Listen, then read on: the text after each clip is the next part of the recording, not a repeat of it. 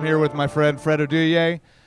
We are both YS staff members, so I'm privileged to be able to do this interview with you. Hey, Even man, though I'm always happy to we're help. also, well, most of the time when we travel, we're also roommates. So it's like, this is a little bit weird because this is what we do when we hang out at night too in the hotel room. We just interview each other.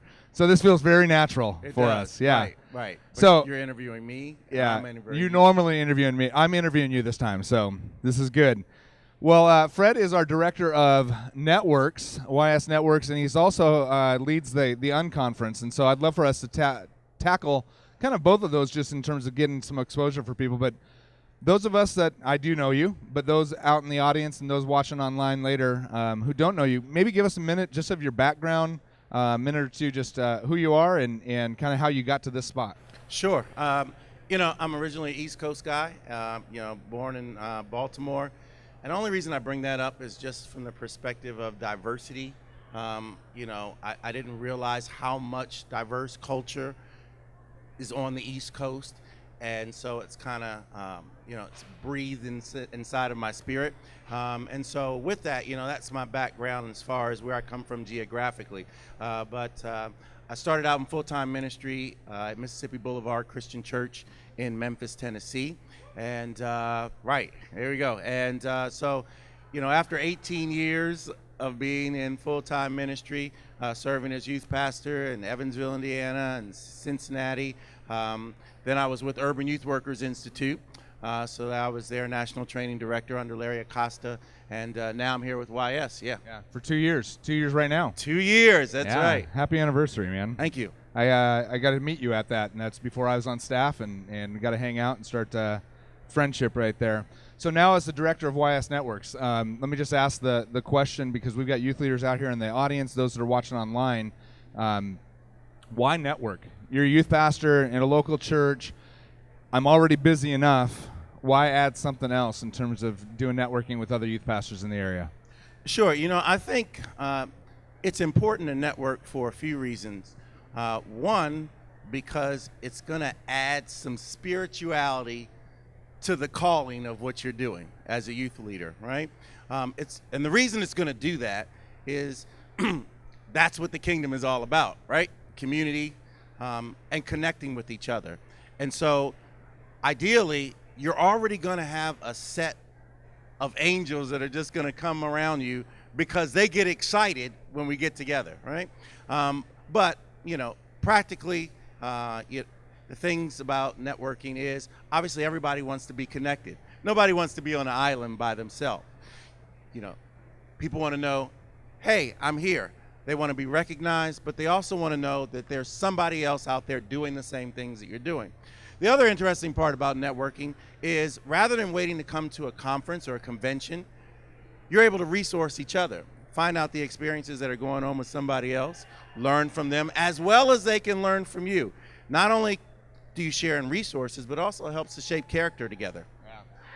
One of the misperceptions of networks that I've seen is that, in networks, it's like everybody just gets into competition talking about how big their church is, or there's that youth pastor that's always like, hey, join our stuff. And my own experience, my networks that I'm a part of, really the word refuge is kind of the key in terms of just we lay those things aside and we're brothers and sisters there. And so I know that that's your heart as well. So the next practical question, those who aren't networking right now, maybe they've made some efforts to try to network. How can we network? What are the best ways in or best ways to start?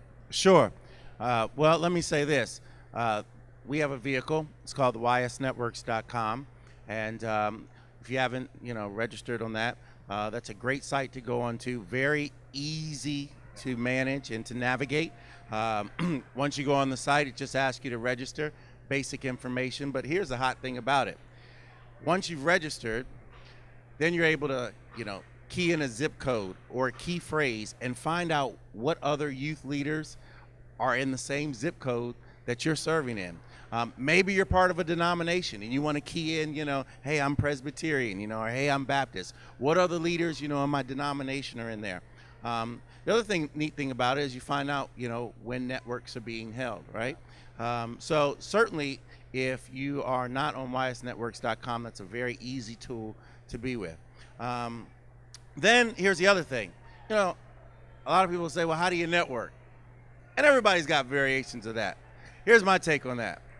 Maybe everybody can't get 15, 20 people together. Maybe it's just 2 or 3. And maybe you start out, right? But, hey, we're going to meet at Starbucks.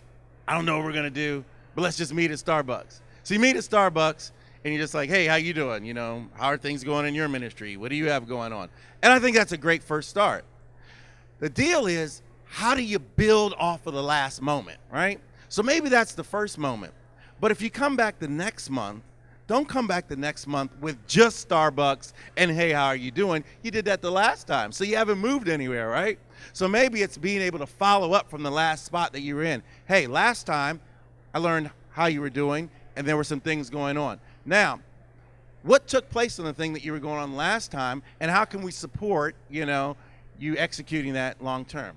Asking great questions. I mean, seriously, like if there's not enough fuel that we've gotten from just the National Youth Workers Convention. I mean, I'm going back with my network and talking about faith, science, and adolescence.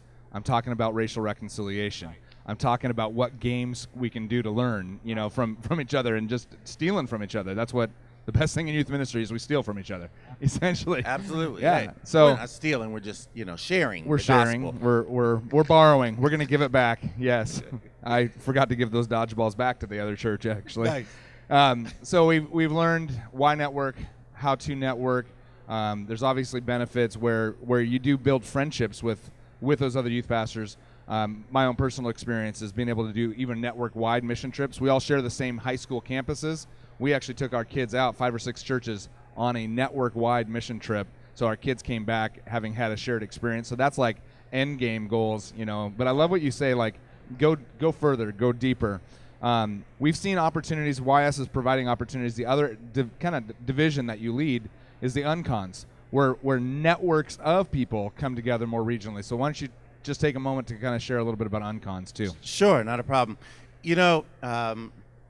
One of the things that's important to me, and and I know it's important to you, and trying to make it important to everybody else, is most people are afraid of just having the conversation, right?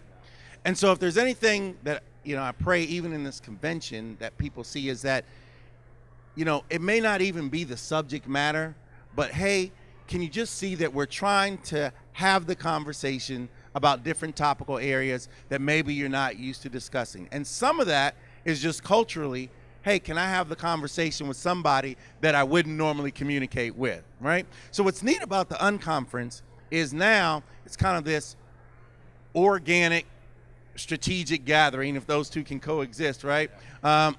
Where we bring youth leaders together for one day, and you already know that. It starts off with kind of a continental, coffee and chit chat, and then there's a lunch in the middle of the day. But whoever's present, you get to lay out what are the topics, what's important to talk about for the day. What are the things maybe you're struggling with personally? What are some things that are maybe challenging within youth ministry, either in your own youth ministry or even in outreach or what's going on in the community? And so together you get to list those things that, hey, here's what I want to talk about for the day, and then you get to rotate kind of in small group discussions. It's a beautiful thing. It is. It's phenomenal. Having done a few of them, and Fred he and I got a co-lead one together last year. I just look at our audience right now. I mean, we can go around 25 people here and say, hey, what subject did we not teach here at NYWC that you wish? You opened up that guide and you're like, oh man, I wish there was something about XYZ. Uncons cover that because you get to bring that up and it facilitates a conversation. Now, the secret little sauce that most people don't know is that the things that come up at our unconferences, and when we look back, because we keep notes on everything, that come to the surface the most, that helps fuel what we offer here at NYWC then too. Oh, yeah. We go, hey, let's find the person who can facilitate that conversation or we feel is already an expert in that field. And that's what does fuel some of the conference content here. So phenomenal opportunity. So people sitting here going, one, I want to know better how to network. I don't feel like we covered all the bases. You're available. Also, they're going, I want to do one of these uncons. What are the next practical steps of either getting to you or getting an uncon started? Sure. Well, definitely you can always go, on the YS site and, Find us. Find us, yeah, and find out, what piece of information is relative for you, and then make that contact. We also are are out there in the foyer area. So you go in the hub area, and we have a networking booth there. So stop by and visit either myself or some of our friends from NMYM, and we'll get you plugged in there. Yep. Yeah. Future events booth right here, Uncon. They're literally having you write down. It's like you might say, I live in Podunk, wherever. That doesn't mean that we can't host an unconference there. So let us know that you want one there. We're going to figure out if a critical mass can be gathered, but we really want to have these hosted across the country because we want to represent at the National Youth Workers Conference what's happening around the nation. Sure, and I mean, and you may be a person that says, hey, I'm not one of those people that really feels that comfortable. If you can get, a handful of people or 10 people together, and then give me a holler and say, hey, Fred, I'm going to have 10 folks getting together. Can you come out and help us jumpstart, a network? Oh, yeah, I'm on a flight or I'm in my car and I'm rolling. Yeah, exactly. We roll in and kind of do YS cafes, basically, kind of miniature uncons or network launches that way, too. Phenomenal. I ask this when I get to do Idea Labs. I ask the one person that I'm interviewing, if you have a prayer for youth workers in America, as you look at the landscape of youth ministry, you look at the hearts of these youth pastors right now, what is your prayer for them? I function as that, each day I want to make sure that I'm thinking more as a number two person. In other words, what can I do to set other people up to be the best number ones that they can be in life? And so my prayer is that each day, you all would do the same thing.